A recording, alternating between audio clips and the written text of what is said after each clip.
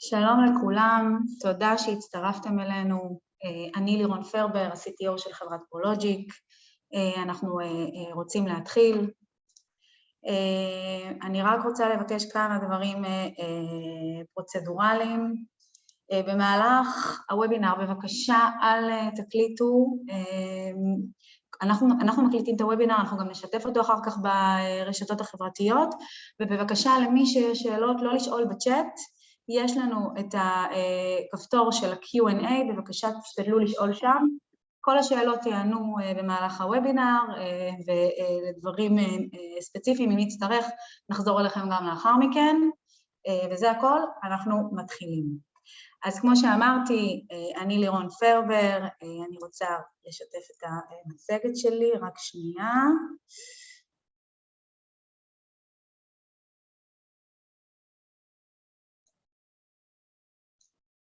אוקיי.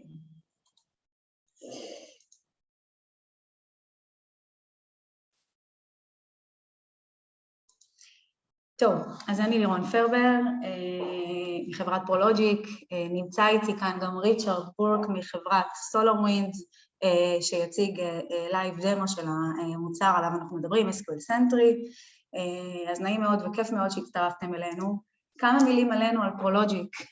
פרולוג'יק הוקמה בשנת 2007, החברה מונה מעל 400 עובדים, תחת הניהול של המנכ"ל שלנו, מר ליאור לוי. אנחנו בעצם מתעסקים בשני תחומים עיקריים, אחד מהם בעצם זה עולמות האוטסורסינג, אנחנו מספקים שירותי אוטסורסינג במיקור חוץ למגוון חברות במשק ובתעשייה, אנחנו נמצאים בבנקים, בחברות ביטוח, חברות הייטק, במגזר הממשלתי, בצבא, בחברות בתחום הבריאות ובאקדמיה וכמובן בעוד הרבה. והתחום השני והלא פחות חשוב זה בעצם התחום לא אני שייכת, בגלל זה כולנו התכנסנו כאן, כל הנושא של מוצרים שאנחנו מפיצים ומייצגים בארץ, באמת החברות המובילות, אתם יכולים לראות כאן כתובות בשקף, SolarWinds, One-Login, אנחנו מפיצים עוד כמה מוצרים מעניינים, אבל זה לא הנושא שלנו כרגע. אנחנו היום פה לדבר על עולמות הדאטאבייסים, עולם שמתפתח, שצובר תאוצה, אנחנו רואים עוד ועוד ונדורים בתחום הזה שבאים ומתווספים ככה לאלו שקיימים היום בשוק. SolarWinds היא חברה אמריקאית, יש לה הרבה מאוד לקוחות בישראל, אנחנו נמצאים על מגוון מוצריה במעל 500 חברות במשק, ואני ככה רוצה לתת איזושהי סקירה על הפורטפוליו ואיפה אנחנו בדיוק ממוקמים היום עם התחום שלנו בתוך הפורטפוליו של פרולוג'יק.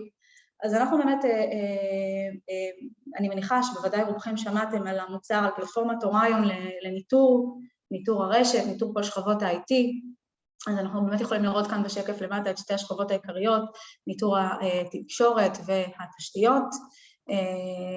שכבת הדאטאבייסים בעצם לא שייכת לפלטפורמת האוריון, אבל יש לה אינטגרציה מלאה אליה, ובעצם יש לנו כאן איזושהי סוויטה נפרדת ייעודית לעולמות הדאטאבייסים, ייעודית ל-DBAים, לא לאנשי מוניטורינג לצורך העניין, שמתמקדת בעולמות הדאטאבייס, ואני כבר ארחיב עליה ואנחנו נבין בדיוק מה היא מכילה. אנחנו נותנים גם פתרונות בעולמות ה-Application Performance Management בחוויית משתמש, סינתטית ואמיתית. בנוסף, אני לא יודעת אם אתם יודעים, אבל ל-SolarWinds יש גם סוויטה שלמה לעולמות הסרוויס, ITSM, Service Desk, מוצרים ל-SaaS ול-On-Prem, וגם כמובן מוצרי השתלטות שלנו, ה-Demware, שעליהם אני מניחה ששמעתם. עוד סקטור אחד שנמצא בצד, אנחנו לא נרחיב עליו היום, אבל רק מציין שהוא קיים, זה המשפחה של המוצרים לעולמות הסקיוריטי, מכילה מוצר SIEM ייעודי של SolarWinds, ומוצר לניהול הרשאות גישה, שנקרא Access Right Manager, אם זה רלוונטי, מעניין מישהו, אז אפשר כמובן לקחת את זה הצידה אחר כך, אבל אנחנו בדאטאבייס עסקינן. אז בואו, אני רוצה קצת לספר לכם מה קרה בעשור האחרון עם SolarWinds בעולמות הדאטאבייסים. בעצם בעשור האחרון SolarWinds ביצעה מספר רכישות מאוד מאוד משמעותיות, שהקפיצו את המדרגה בכל הנושא של ניטור דאטאבייסים. ב-2013 SolarWinds רכשה את קונפיו, בעצם המוצר שלהם היום מוכר לנו בתור Database Performance Analyzer, או DPA בקיצור, זהו מוצר on-prem שנותן מענה למגוון רחב מאוד של דאטאבייסים רלציוניים, אוקיי? וזה אחד המוצרים המובילים בפורטפוליו הזה שאנחנו מדברים עליו. כמה שנים לאחר מכן, ב-2019, כשככה ראינו את הוורסטיליות של עולמות הדאטאבייס גדלה יותר, וראינו עוד ועוד שימוש בדאטאבייסים אופן סורסים, SolarWinds רכשה חברה בשם Vivid Cortex. החברה הזאת בעצם פיתחה מוצר סאסי, שהיום מוכר לנו בתור Database Performance Monitoring, או בקיצור DPM, וזה בעצם מוצר סאס שנותן ניטור מלא לדאטאבייסים לא רלציוניים, לדאטאבייסים אופן סורסים. אז אם יש לכם כאלה בארגון ומעניין אתכם, תדעו שזה המוצר, זה הכתובת. ובעצם בשנת 2020, SolarWinds רכשה את Sentry1, ובעצם המוצר SQL Sentry, שגם שמר על שמו, התווסף לסוויטה הזאת. המוצר הזה הוא מוצר ייעודי לעולמות ה-SQL, עליו אנחנו נדבר היום בהרחבה. אנחנו גם נראה דמו שלו, לייב דמו שיציג לנו ריצ'ארד, ואתם תוכלו להתרשם במגוון היכולות שלו. אבל אני כן רוצה ככה ממש בקצרה ולתת לכם איזשהו בריף על המוצרים האלה שאנחנו מדברים עליהם, אז רק כדי שתכירו, סוויטת הדאטאבייס מכילה היום 5 מוצרים עיקריים, כמו שאמרתי, אני אחזור על זה, DPA, מוצר on-prem לדאטאבייסים רלציוניים, SQL Sentry, מוצר ייעודי לעולמות ה-SQL, אנחנו כבר נדבר עליו בהרחבה, כמובן נותן מענה ל-SQL on-prem, ל-SQL בסביבות ענן, Azure SQL, SQL על אמזון, EC2, RDS, ו-DPM, המוצר הסאסי שלנו לניטור דאטאבייסים אופן סורס. חוץ משלושת המוצרים האלה, שהם מוצרי ניטור, יש לנו 2 מוצרים נוספים בסוויטה, Task Factory, מוצר שמאפשר לנו להריץ Pre-Built SQL Integration Services באופן אוטומטי, מכיל מעל 60 קומפוננטות, ויכול להיות מוצר משלים לכל אחד מהמוצרים האלה, ומוצר בשם Database Mapper, שהוא בעצם מוצר שמאפשר לנו לעשות דוקומנטציה לדאטאבייס שלנו, ולשמור את המידע שלנו בצורה מסודרת ויעילה. אז זו הסוויטה. ובעצם אתם בתור לקוחות, כשאתם תרצו לבחור מוצר, אנחנו נשאל אתכם ונצפה שגם אתם תשאלו את עצמכם מספר שאלות. אז בעצם השאלה הראשונה תהיה, איזה דאטאבייסים יש לכם? מה אתם מעוניינים לנטר? בהתאם לזה אנחנו נדע לעשות את האלימינציה למוצרים, ולדעת מי מהמוצרים יותר מתאים לכם. האם יש לכם דאטאבייס SQL? איזה מבין המוצרים שדיברנו עליהם נותן מענה לעולמות ה-SQL? האם הארגון שלכם מאפשר שימוש במוצרי SaaS? אנחנו יודעים שאפילו ש-SaaS זה דבר מאוד מאוד נפוץ היום, וכל העולם הולך לשם, יש הרבה מאוד ארגונים שעדיין, במיוחד בישראל, עדיין נמנעים, עדיין מחכים, עדיין בודקים, ועדיין מבחינת רגולציה לא יכולים לגשת לעולמות האלה. אז כמובן חשוב לעשות את ההבחנה הזאת כבר בשלב הזה. אנחנו עוד נשאל אתכם מי יסתכל בסופו של דבר על המוצר, האם אתם מחפשים פתרון לאנשי המוניטורינג, האם ל-DBA, אולי בכלל ל-DevOps. אז בהתאם למשתמשים נדע לכוון אתכם. בנוסף, אם יש לכם היום מוצרי SolarWinds אצלכם בסביבה, אנחנו נוכל להמליץ לכם על המוצרים שלהם יש אינטגרציה טובה למוצרי SolarWinds הקיימים, זה יכול להיות מוצר טיקטינג, זה יכול להיות מערכת ניטור, יש לנו כמובן, כמו שאמרתי קודם, הרבה מאוד מוצרים בפורטפוליו, ובסוף אני חושבת שהשאלה, אמנם אנחנו שואלים אותה בסוף, אבל היא באמת הכי חשובה, זה מה הכאבים שלכם, איזה בעיות אתם מנסים לפתור, ולראות איזה מהמוצרים ידע לתת לכם את המענה בדרך הטובה ביותר. אז כל ההקדמה הזאת הייתה בשביל שאתם תכירו מה יש לנו היום בסביבה, אמנם אנחנו הולכים לצלול ספציפית ל-SQL Sentry, לעולמות ה-SQL, אם יש לכם מוצרים אחרים שהם לא SQLים ואתם מחפשים פתרון, תרגישו חופשי לפנות אליי, אני בטוחה שנוכל למצוא פתרון מתאים עבורכם, אבל בואו נדבר קצת על SQL Sentry. אז SQL Sentry הוא באמת כלי מצוין, מאוד מאוד נוח, מאוד אינטואיטיבי, שנותן לנו מענה לעולמות ה-SQL, החל מ-Azure SQL, SQL סרבר ב-on-prem, אם זה על VM, אם זה על לינוקס, אם זה באמזון, אוקיי? אנחנו יכולים לבוא ולתת לכם מענה באמצעות הכלי הזה. מה תקבלו ממנו? אז אני חושבת שאחד הדברים שבאמת הכי מאפיינים אותו זה היכולת שלו לתת לכם deep dive לתוך ה-issues שלכם. המטריקות של המוצר הזה הן מאוד מאוד מפורטות וגרנולריות, ובעצם יכולות לאפשר לכם להגיע ל-root cause analysis בצורה פשוטה, בין אם יש לכם נעילות, דדלוקים, אנחנו נדע לעזור לכם לראות את מקור הבעיה באמצעות היכולות של המוצר. המוצר הזה הוא מאוד סקלבילי, זאת אומרת שגם אם אתם תגדלו בצורה משמעותית בכמות האינסטנסים שאתם מנהלים, אנחנו נדע לתת לכם את המענה מבלי לעשות שינויים מהותיים ברמת הארכיטקטורה של המוצר. לכלי יש הרבה מאוד פיצ'רים מגניבים, אני לא אפרוט אותם עכשיו, אני אתן לריצ'רד לעשות את הסקירה הזאת, אבל אני רק רוצה שתזכרו את ה-Outlook Style Calendar, אתם תראו איזשהו קלנדר כזה שמכיל את כל האיבנטים בריל טיים, שקוראים לכם, שהתרחשו בדאטאבייסים שלכם, ונותן לכם מקום אחד ככה להסתכל בצורה מרוכזת על מה קורה כרגע אצלכם בסביבה. ואני חושבת שאם אנחנו צריכים רגע לפקס את היכולות, אז אני חושבת שבאמת המקומות ש-SQL Sentry מצטיין בהם, זה היכולת לתת לכם מידע גם בריל טיים וגם היסטורי, ואת היכולת לעשות אנליזות על המידע הזה, הן ברמת ביצועים והן ברמת איבנטים, ובעצם על ידי כך לאפשר לכם ויזיביליטי לאורך כל הסביבה שלכם, לראות בדיוק מה הסטטוס של כל אחד ואחד מהאינסטנסים ותתי הקומפוננטות בתוכו, וכמובן לבצע טראבל שוטינג מהיר ולהצביע על שורש הבעיה בצורה המדויקת והיעילה ביותר. אז עד כאן אני מעבירה את השרביט לריצ'רד. ריצ'רד, the stage is all yours. Thank you very much. Okay, I'm just going to share my screen. Let me know if you can see it. Yes, we can. No, oh, wait, not yet.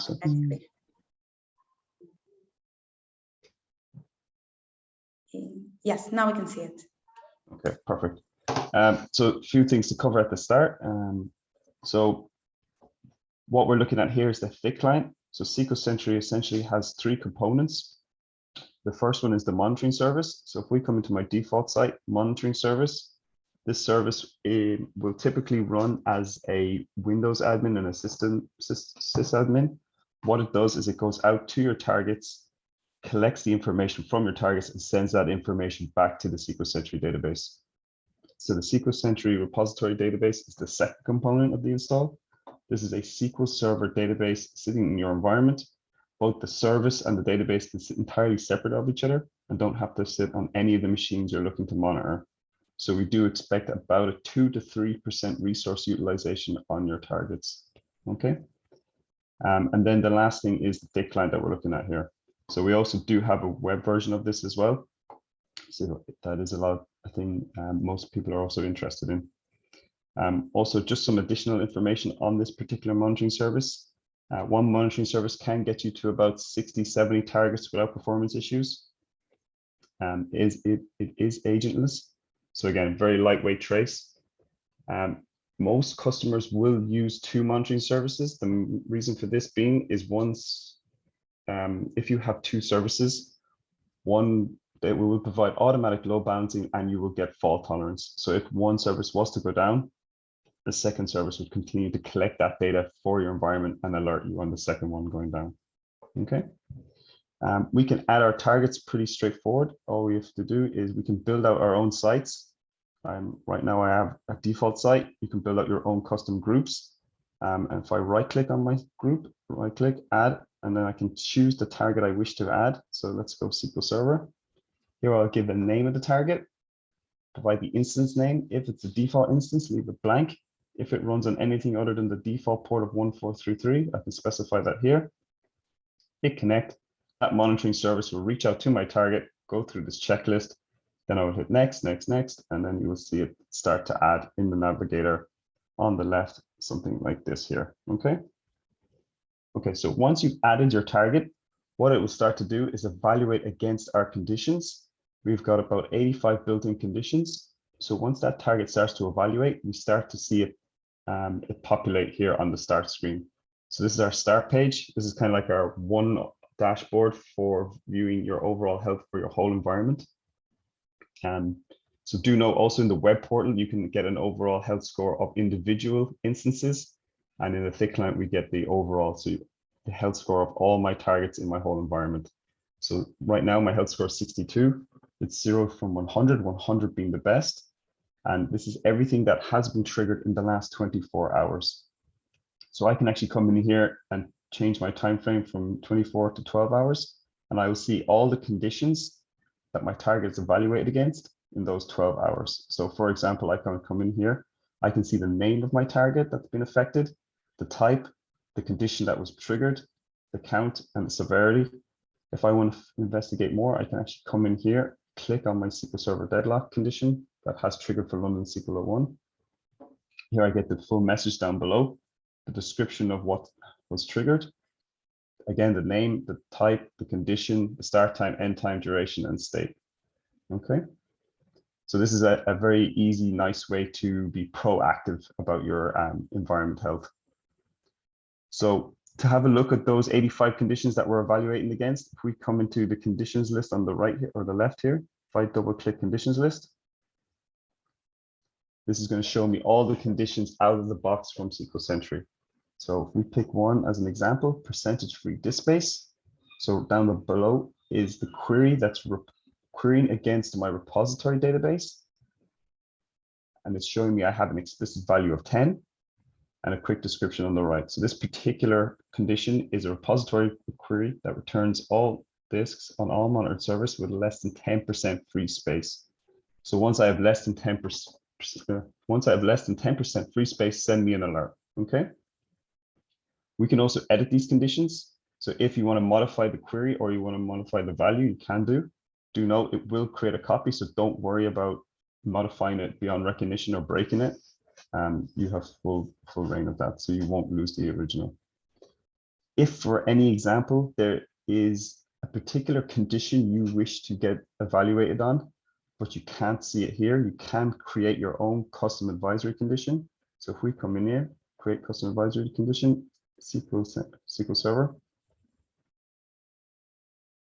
Here we can give it a name, a description, default evaluation frequency. So how often is it going to go up and check that value? A few other options here. And here we can essentially start to build it out. So if I just create a really basic one, and let's do a specific value. So here I'll provide the database, the query, and the value I wish to get evaluated on. So as long as we are storing and holding that metric within the repository database, you can essentially build out your own custom condition. Okay.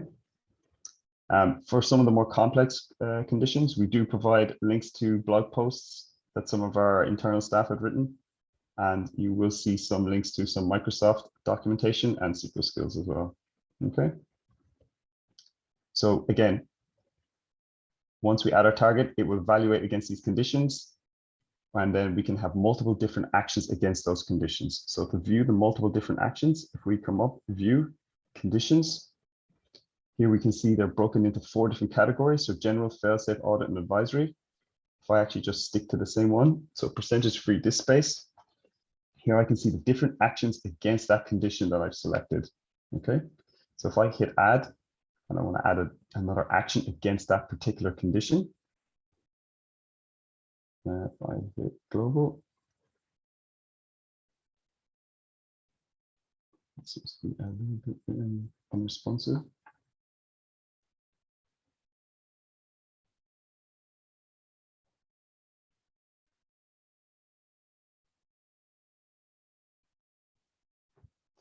Just check the thing.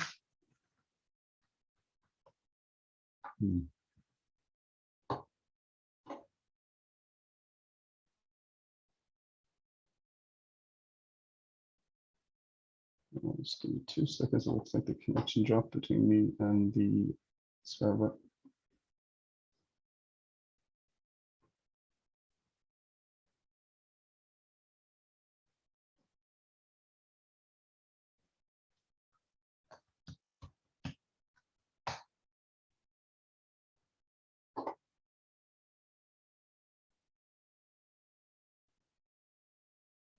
I'll share my screen again.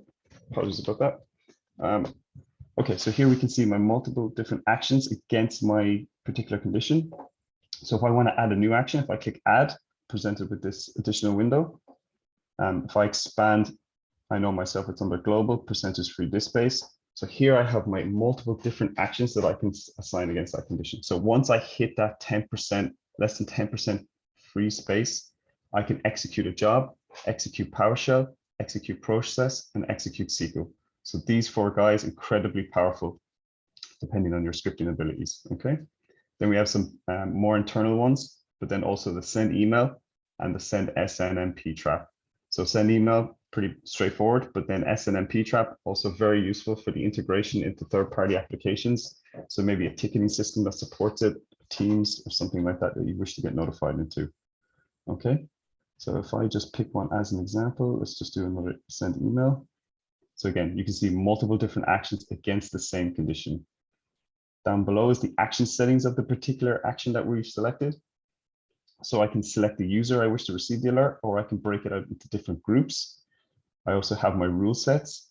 So maybe, for example, if I hit new, I can have account based. So make sure, let's say I always use high CPU as an example. So if it spikes at about 100%, maybe it's not something we want to be notified on, but if it spikes at 100% multiple times within a certain length of time, then send me an alert. Or we also have time-based. So if it spikes at 100% for half a second or a second, 5 seconds, maybe not a big deal, but if it spikes at 100% for more than 2 minutes, then send me an alert, okay? We can also get quite granular with these different actions and conditions. So right now I'm setting this action on this condition at all targets. I can do it per site. I can do it per group. And I can also do it per instance, okay? So we can get incredibly granular on how we want to set these actions against these particular conditions. Once you get this granular, it does become explicit, so you can just add it this way. So I'll just do one for an example for you guys, and you'll see that add then explicit action. To delete, just straightforward enough. Okay. Okay, so let's jump back. Okay, so now let's open up the performance dashboard of my particular instance. So if we come to my instance, right click, open, performance analysis. Okay, so here is my dashboard data. So my Windows metrics on the left, my SQL Server on the right, and here I can get a good comparison of where an issue may reside. So at a glance, I can actually see on my CPU usage, this solid green color is other CPU usage. So if I hover over, I should be able to catch that. And the teal color is my CPU usage by SQL Server. Okay, so let's say hypothetically, I had a situation where my CPU was maxing out with that solid green color. I would know that it was not a process on that machine. What I can do is I can actually highlight the area of performance that's spiking. I can actually correlate that performance spike then across my environment and associate it with any other performance issues. And if it was another process, I can right click and you'll see this functionality through the tool, but I can then jump to processes. And now I can have a look at all the other processes that were running on that machine for that time slice that I've selected. So if we had a hypothetical situation with that green solid spike, I could see maybe if there was an antivirus running, or maybe somebody had installed another application on that machine that could have been stealing and consuming resources away from SQL Server. Okay. We can also jump back and look at historical data on my graph, and we can select our time frame and we can hit go. If I can move this bar here, we can actually click live play button and look at live data collection. We can also see these warning signs throughout my graphs. Again, if I just click on that, what this is these are the conditions that we spoke about earlier. And it's just a nice way to view the conditions that have been triggered on top of my graphs. So this particular guy here, high average wait time per usage session, that quick description, severity, start time, end time, and duration. And we can see I have 1 of 2 records.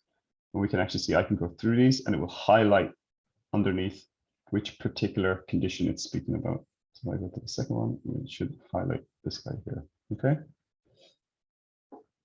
Okay, let's say we have a spike in this teal color. We want to troubleshoot that performance issue from SQL Server. Again, we can right click, jump to top SQL. Now we're looking at all the top SQL queries that I have collected for that time period. Okay, so as I go through these, and just enlarge these bottom graphs for you. So as I go through my queries here I can see the statements within the queries.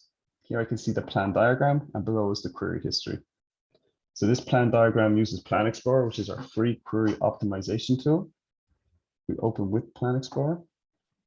Here we can see the full plan. So again, in a production environment, it could be quite large. So what we could do is we can actually jump into top operations, maybe select the top operation that we're most interested in, jump back to our plan diagram. We now see that highlighted for us. If we hover over, we're going to get more information. But what we can also do is right click.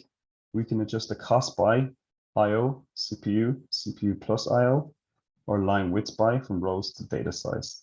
If I adjust that, we'll see that change out throughout my plan diagram.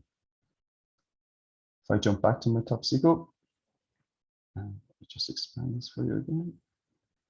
So here at the bottom is our full query history. So each of these teal dots represents an execution of this particular query. So here we start to see the level of granularity that SQL Sentry has over other tools. So I can hover over each of these executions. I can see the duration, the CPU, the reads, the writes, the start time, end time.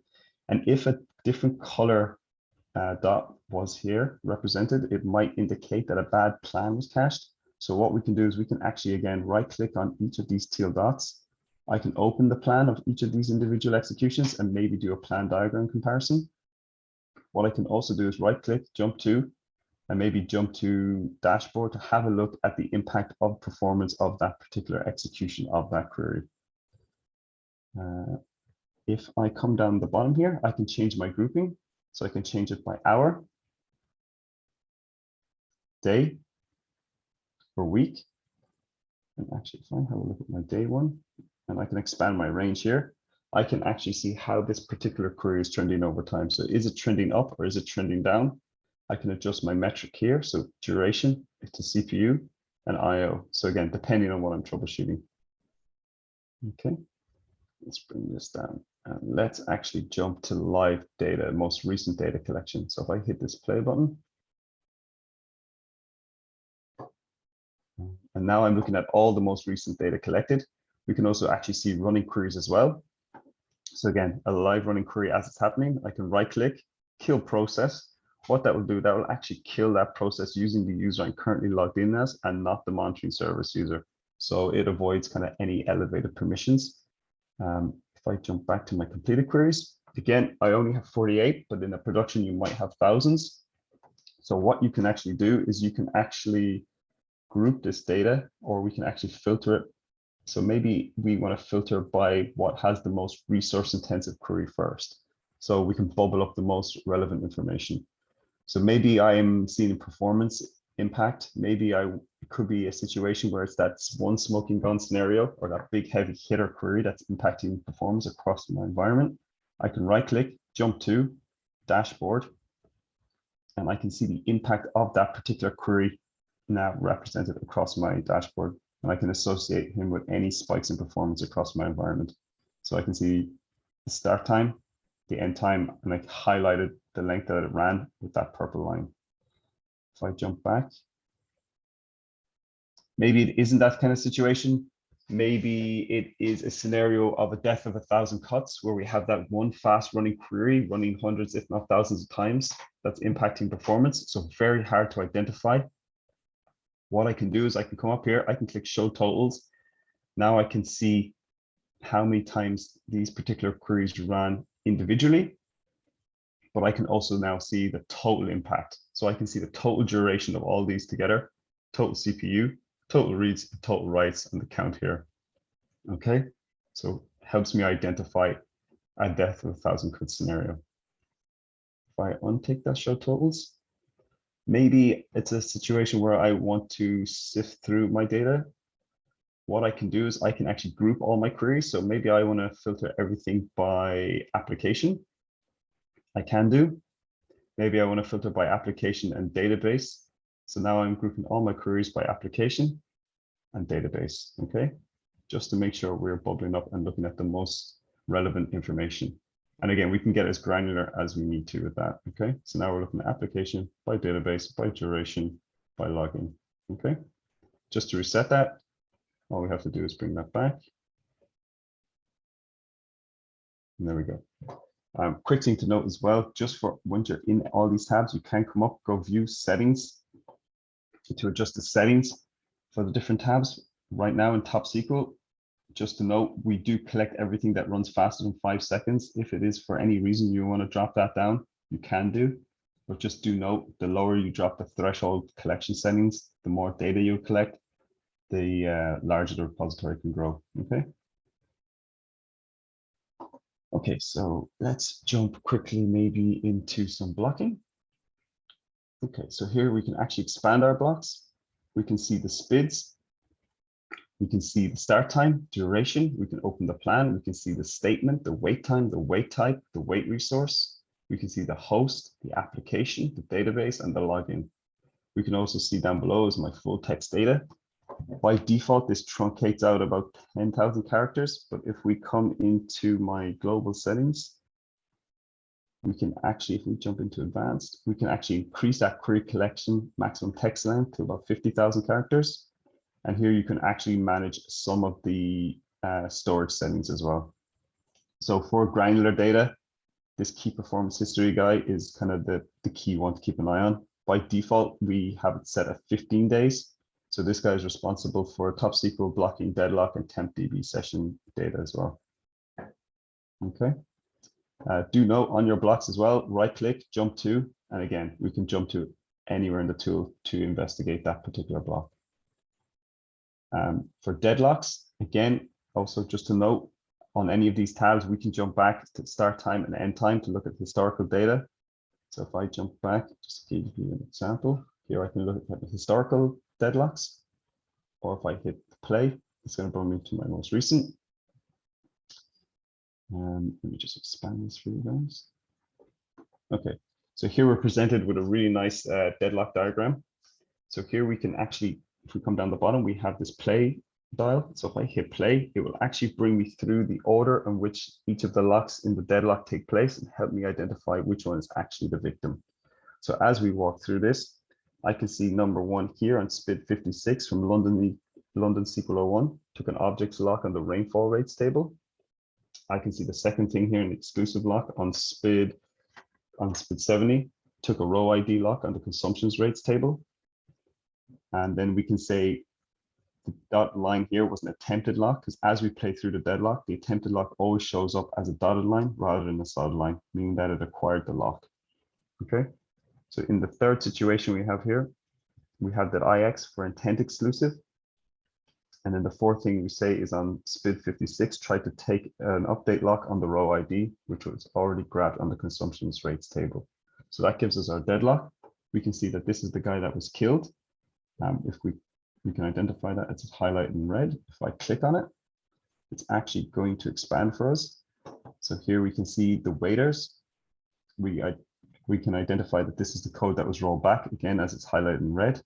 What I can also do is expand my owners. And here I can actually do a comparison of the code to maybe identify, was it a code refactoring problem that could have caused this deadlock? Okay. Again, right click, jump to, and again, we can jump to anywhere else in the tool to kind of investigate that particular deadlock. Also, just to note, we have some additional functionality down the bottom here. So in this example I have, I'm using single threads. If you had a deadlock or query that went to parallel and started using more than one CPU thread, you would see multiple different lines from multiple different locks against the same SPID, and this can be incredibly hard to read. So what we can do is we can come down here, click the optimize layout button, and what it will do is revert it back as if it was single threaded, just to show less information, but to show the same kind of information and make it a lot easier to view and consume. Okay. If we take a quick look maybe at this space. So the disk space tab displays information about how the disks are being utilized. So this information is broken down by database and file. It includes metrics such as the auto growth setting and the number of VLFs. And the main function of the disk space tab is to identify disk space capacity issues. So understanding where your database files reside on the disk system, help you determine if disk space is being used optimally. It's broken into 3 sections. So we have the upper section, which is the graphical representation of the database at the disk level. Then the middle section is the grid view. And once we've drilled down, we can actually come down here and we can see the forecasted predicted space or disk exhaustion based on the usage history of that particular disk. Okay. If we come back, I'm just going to close down these tabs. And what I'm going to do is going to scroll up. If I go to my default site, right click and open always on management. So here we can view my always on environment. So again, I can right click on the site level, open. What we have here is our layout style, so we can adjust this. We also can zoom in and out depending on how large our environment is. And we can also see the WSFCs, so the Windows Server Failover Clusters. And we're presented with this nice graphical view of my always on environment. So it'll provide me with information such as if the replicas are synchronous versus asynchronous commit modes, replica health, log send, recovery queue. And we can also see up here the quorum vote as well. Okay, if we hover over this pipe, we can also see the amount of data that's been transferred. So depending on which node I selected, the bottom view is the grids details or a combination of tabs and grids to allow us to see a high level and detailed level metrics. And then the final section on the top right here is the history area view. So we can have the charting tab, the error log tab, and the replica states changes tab. So the charting tab will just display data traffic between the replicas, as well as the log send recovery queue metrics according to the selected node. Of course, the error log, again, it will show us any always on health events that are classified as errors related to the selected node, and the same with the replica states changes. Okay. If we jump quickly to, if we take a quick look at the event calendar. So what we can do is, again, if we right click on our particular instance, open event calendar. Just give it a second to load up because there's quite a lot going on here. But what we can do, this is our Outlook style calendar. So again, we can jump through the time frame on the top left here. But what we can do is we can look at it from a 1 minute, 10 minute, 1 hour, and 4 hour view, and also a 1 day view. You can also view multiple days in the same tab here. So if I actually just do 2 days, just to give you guys an example. So just for comparison reasons. Okay. I'll jump back to 1 day. So here, everything in orange we can see is everything that has run. We can see everything that is scheduled to run. And we can actually drag and drop events that are scheduled to run in the future. Those events will automatically be rescheduled within SQL Server. We can also see do we have any failures or any conflicts that have taken place that could lead to resource contention on the server. We can also, let's have a quick look, right click, jump to, choose maybe this guy here. So here we can actually right click, jump on any of the events we want to use the context jump to menu to look at the history of the event and jump to various tabs within the performance analysis as well. So we can start to troubleshoot performance issues directly from the event calendar. Quite a lot of information on one screen here. So what we can do if we come up to view, event calendar, event sources, here I can actually filter out to make my view more relevant to me. So maybe I want to see just deadlocks. I can select just deadlocks, apply filter. We can actually save this view as well. So if it is just deadlocks you're interested in, you can save this view. And again, we can just see all the deadlocks that ran on this machine. Again, right click, jump to, and maybe we want to jump to deadlocks.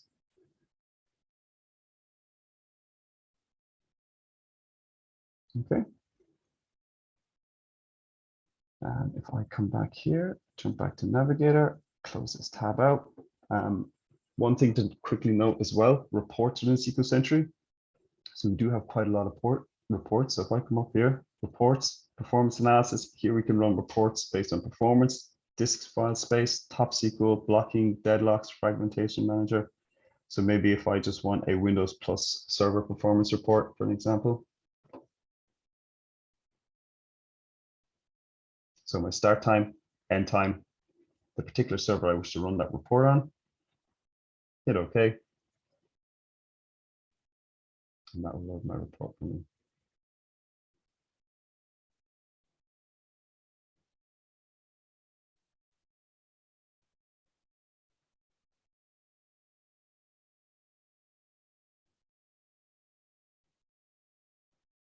Expand that. We can also export that, so you can save it as Excel, PDF, or Word. So you can attach it as an email and send it to whoever you need to. Okay. Awesome. I know that's probably quite a lot of information for one day, so I might leave it there. And thank you very much for paying attention.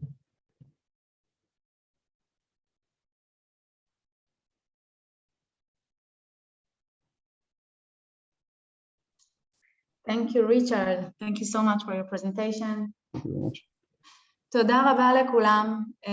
אנחנו נשאר פה עוד כמה דקות לענות על שאלות אם יש. תודה לכל מי שהשתתף, וכל מי שרוצה לדבר איתנו בצד לאחר מכן, אתם יותר מוזמנים.